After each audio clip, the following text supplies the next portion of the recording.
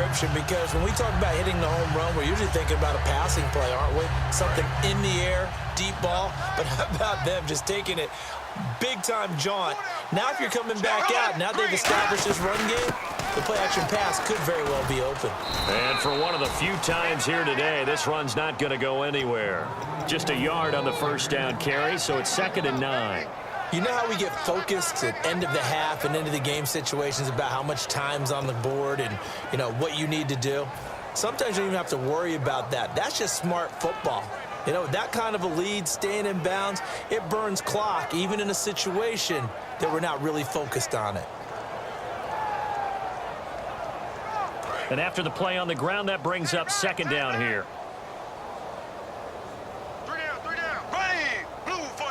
And they're going to go soft on the corners. Now Bortles. He's going to loft one deep left side here. And it's knocked away and incomplete. I know the initial focus was on how far that pass was downfield, but how about the coverage on the play? Able to stay with him, get his hands where the receiver's hands were going to try and catch the ball, tips it up in the air, and knocks it away. And defensively, it's a nickel formation here on 3rd down and 9. Now Bortles surveying the field. He's going to take another 50-50 ball here, and it's intercepted. Picked off by first-rounder Carl Joseph. And his guys are going to take over at the 34-yard line. So out come the Raiders. And they're hoping to capture some of that magic they had last time out when they were able to put together a scoring drive. But they're still down here, Charles. Not the major concern, though, because of what you talked about. They scored the last time out. They feel good about themselves. They feel like their game plan is now in effect.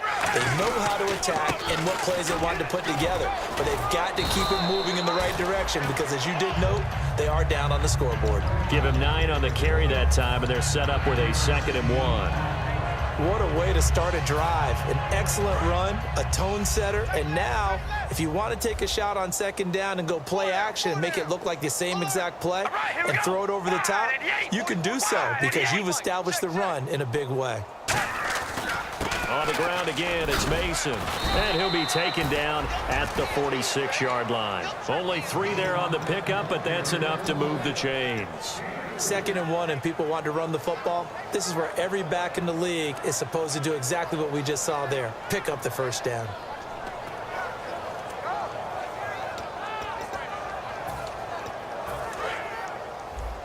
Watch left, watch left, watch left. He's tied right there. Here we go. Cooper, the man in motion right. Zero. Hey, we're going to rally. They go play action here on 1st down. A hit as he throws there, incomplete. Jared Cook, the tight end, was the target. And that'll bring up 2nd down. Well, the pressure, the hits, the sacks have been coming at him all game long. I'm frankly surprised that they haven't found a solution yet to create more time for him to throw it or maybe change what they do on offense. And that's one of the biggest differences in this game and why they're losing right now. Carr again here on 2nd and 10. And now the ball's out. Carr lost it. Fumble. And his guys are going to take over at the 39-yard line. And out now comes Jacksonville as they get ready to go. And following the interception, we'll see what they can put together on this drive. I can hear my old college coach right now. He always used to tell us before every game, the team making the fewest mistakes will win. What they're hoping is that that last mistake is their only one of the game. Coaches, that's all they talk about, turnovers, right? Minimizing those and maximizing opportunities. 3 yards to go on 2nd down. They come up in an offset eye. Now it's Yeldon. And for one of the few times here today, this run's not going to go anywhere. Call it no gain that time as it's going to leave them with a 3rd and about 3 to go.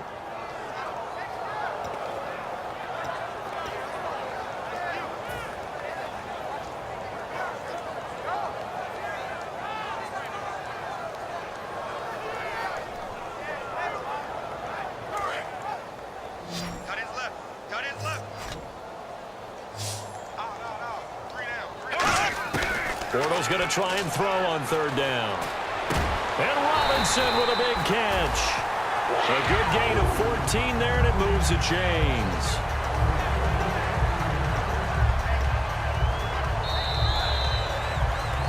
Back back now in Jacksonville. A lot of happy faces in the crowd at this point as their guys have a big lead here to start quarter number 4. So here we go, 1st and 10 now. Here we go. Green, now. The pitch goes to Yeldon.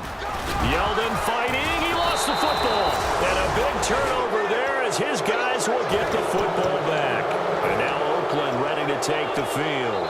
And the turnover last time, that's sort of been symptomatic of their struggles here in this one. Big word. I like it, though, because you're exactly right. You like that, don't you? All game long, they've struggled moving the ball, turning it over on the last possession. Is that word again, symptomatic? Yeah. I like that. Your analysis, symptomatic of the success of this broadcast. What I like is that you gave me the word, and I just kept using it. They'll get 32 yards there, and that'll be good for an Oakland 1st down. And they're going to hurry back to the line now. Carr now on 1st down. A dump off for Mason. And taking it across midfield and just shy of the 40. 10 yards on the pickup there. Good enough for an Oakland 1st down. Looked like a pretty good, safe play right there. No, he's had trouble with the interceptions in this game there. Hits his guy out in the flat. And so many times we hear quarterbacks and offensive coordinators talk about in your progressions, you're either throwing the touchdown or you're throwing the check down. But earlier in the game, it was touchdown or interception. Now he got to the check down, a nice safe throw, and a good one.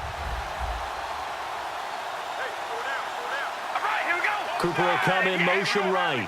Bradley. Hey, we go switch. Bradley. Oh, baby, alert. Carr to throw on 2nd down. And he's going to go down. Back across midfield, he's sacked at the 46.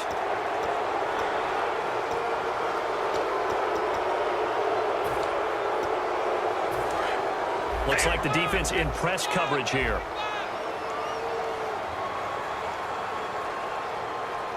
We ready? Wide and yay. Now a play fake here on 1st down. He's going to find his running back. It's complete. And he'll go down here right around the 23-yard line. Give him 3 on the play, and it'll be a 2nd down. I know most of the time when the ball's in the air, you're thinking wide receiver, tight end, but running backs, they can be a big part of any passing offense nowadays. On play action, now Carr. Jaguar pressure and a Jaguar sack. The rookie from Maryland, Yannick Ngakoue, in there to drop him for his 5th sack of the year.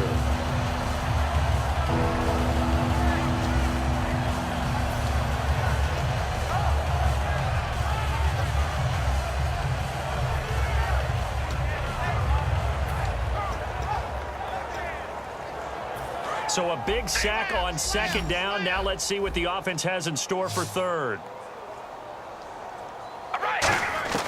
Shotgun now for Carr. Oh, had his hands on it, couldn't bring it in. Pretty symptomatic of how this game's been going. So on 4th down, off goes Carr, and on is Sebastian Janikowski. From the left hash, it's an even 50-yard attempt. And this one is right down Broadway. And high fives for that one as that drive ends in 3. So still lots of work left to do, but here comes the onside kick.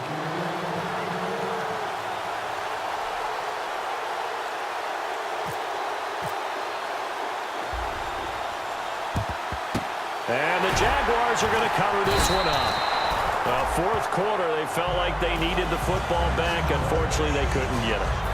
And I know we brought analytics into the game, and someone has said here that the data says that when a team's expecting an onside kick, 80% of the time, the team expecting it, they do actually recover the ball, which is what we saw here. I just wonder if that number is much more of a anecdotal type of a number. Kind of like when the coaches tell us, well, when you score on special teams, 93% of the time you win the game. I'm still waiting to see that number is empirical. They come up in an offset eye.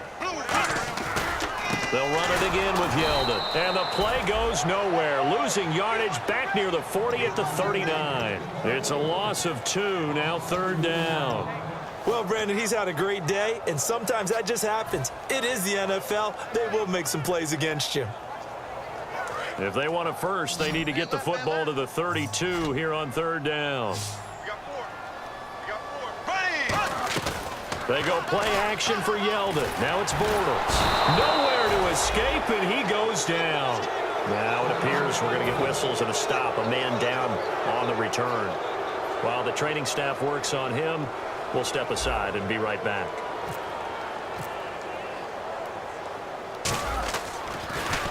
He gets it away. It's a high hanger. Oh, he'll field it in the end zone. Call that 49 yards on the punt. They do get 7 back on the return. And the Raider drive will start from deep in their own territory with a 1st and 10. Very tough spot here for the offense to start.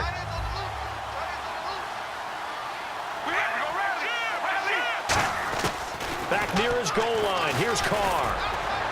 And my goodness, another interception. It's the 5th overall pick, Jalen Ramsey. And his guys are going to take over at the 31-yard line. The Jags offense now gets set and heads back onto the field. And they're coming off a 3-and-out, my friend. I think they've got to look at that play sheet and go to a spot that they haven't gone before. Time to shake things up a little bit to try and get this offense moving. Okay, so how do you do that? How do you shake things up? You look at what you've called before, realize it hasn't worked Go to so something well, else. and maybe you try and find one of those special plays from one of your better players, and maybe try and hit something big and get things going in the excitement area. Now a handoff to Yeldon. And he's going to lose yards. They take him down at the 26. It'll be a loss of a yard, and it'll be 3rd down. So while the offense has had a big day, no one on that side of the ball is excited about seeing a loss like that. Their goal, to make every play positive. And when you have a bad one like that, your next goal is to not let it spiral into more. And this is caught at the 8. And out of bounds all the way down at the 3. And they're able to convert on 3rd with a solid gain of 23.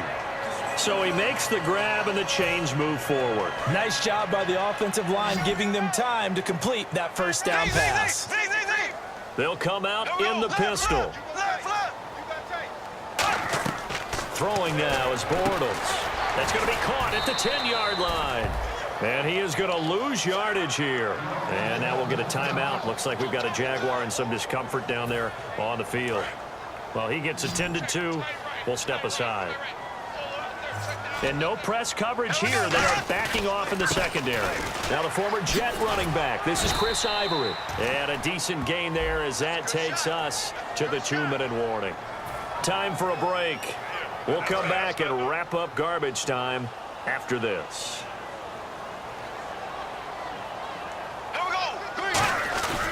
On 2nd down, Ivory. And he's going to work this one down to about the 5. 7 big yards on the carry there to get him within range of the goal line with 3rd down upcoming. His path became similar to almost running a stretch play, didn't it? Trying to find a crease, anywhere to put his foot in the ground and cut back. It just never materialized. An extra defensive back on the field here for 3rd and goal. To throw is Bortles. And he couldn't hang on to it through the contact. Incomplete. So many components go into a well-executed screen pass. You've got to sell. Offensive line's got to sell like they've missed blocks, and then they move out, and they're out in front of the running back. He's got to sell that he's trying to block, and then he slips out into the route. The quarterback has to sell that maybe he's trying to throw it downfield. Instead, he slips it off to the running back, and when you get one set perfectly, you have to catch the ball. And that didn't happen on that play. And now here come the Raiders. They've lost this one. Their offense has struggled. Do they try to put together something here at the end just to take into next week? Yeah, sometimes teams want to do that and coaches want to. I remember one time I was on a team and we were losing late in the game like this, and you knew it was lost. It was over, right? And the coach called a running play and pretty much said to everyone, I want to see something executed well before we get out of here. And that was the message to the team. Just something to build on. Just something to build on, get it done, and maybe we can look at that and say, we'll get better as we go forward. On play action, it's Carr. And Cook has it left side. And he gets this one just